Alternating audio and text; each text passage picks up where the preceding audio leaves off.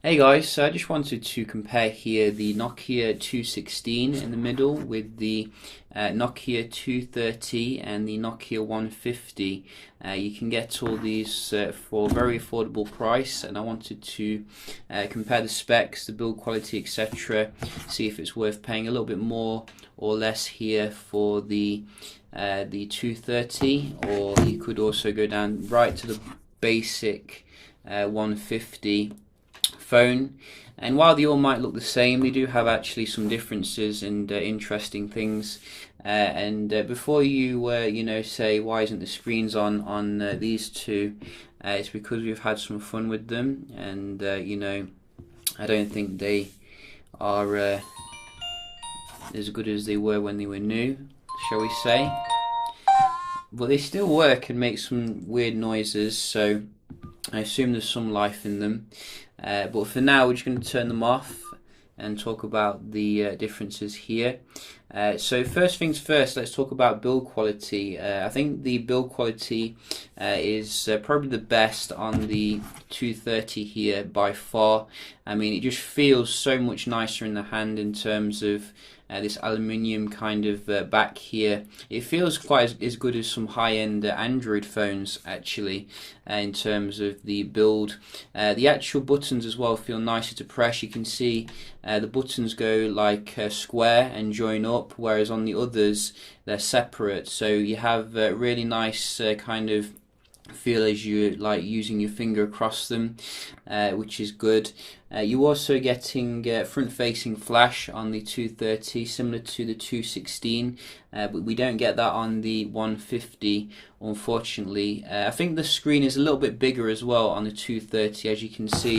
If we put them side by side here and zoom in, you can see a little bit bigger display, which can get you a little bit more content. I think it's 240 by 320 pixels at 143 ppi pixel density. The one on the 150 is like 240 by 320, 167 pixel density. And also let's not forget the 216, which comes in at 2.4 inches, and that is at a pixel density of 167 as well. So quite similar for those two. So in terms of the build quality, I think I definitely prefer the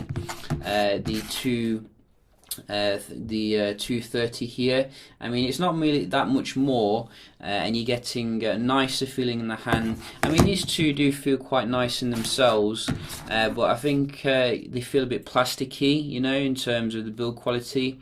There isn't actually that much difference between the 216 and the 150 here on the back, although the 150 has a bigger speaker grill for some reason. But the Nokia isn't quite as apparent. So you do want to see Nokia, when you're out and about, and that's something to consider.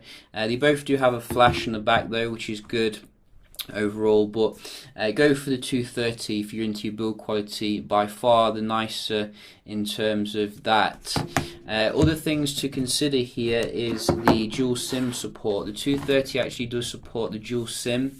If you're someone who is into some shady activities, maybe you got some shady businesses on the side, you're definitely going to appreciate that on the 230. Which you can see if we just get the back off here. Maybe we can demonstrate this. How do you get the back off? I think you do this, maybe, or is it that way? Oh, there we go.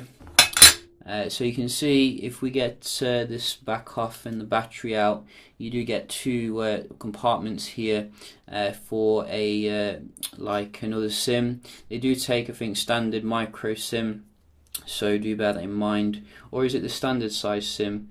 I think it's a micro SIM, but I could be mistaken. They do have SD support, all of them, which is good. But that dual SIM is definitely worthwhile here. Compared to the others to consider. If we just also talk about the other features, I have noticed when you like taking a shot with the the 216, it didn't actually prompt. I'm trying to touch the screen, aren't I? It didn't actually prompt for a memory card. So I think the 216 is good in that it comes with some storage here. So when you're taking, you don't have to buy micro SD, and micro SDs just add to the cost at the end of the day. For those want to not spend too much, you want to just be able to take shots straight out of it. But I couldn't do that on the 150, so I think you're going to need an SD with the 150. They're really going back to basics with no internal memory at all. So do bear that in mind here. So let's just actually confirm some things. I think the 230 does come with 16 megabyte RAM. So that one you don't probably need like storage as well. But it does support 32 gigs SD cards as well. In terms of the Bluetooth, I think we do have Bluetooth support on the 230, Bluetooth 3.0. We do have it as well on the 150, which is nice to see. I thought they might have skipped that out. And also the 216 full Bluetooth. In terms of the battery, we're getting 1020 mAh in the 216, which is a very reasonable size. 1020 in the 150, and in the 230 you're getting a little bit bigger here, 1200 mAh. So again, the 230 is giving you a lot more for your money here in terms of the battery capacity. I'm assuming the actual battery life will be about comparable on all of them. They're not going to take too much battery here. Yeah, I think those are the main things I wanted to cover here. I'd say if you're looking for a backup phone, or if you going a Luddite or something, go for the 230. At the end of the day, it's got the nicest build quality. It's got a slightly bigger battery, slightly bigger screen, and it just it feels like built like a flagship, really. Obviously, you're not going to be getting some nice things such as your email, but some people don't need that really. They just want to make calls and stuff like that. I do wish that Nokia would implement some basic smartphone features though in these phones, because it would widen the appeal a little bit more to those who want that. I think they all have a headphone jack as well, so you can listen to music. HTC has taken that away from us in the U Ultra, as well as Apple.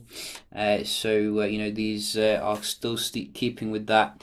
Hope you enjoyed the video, found it helpful, and I'll see you in the next one. Cheers.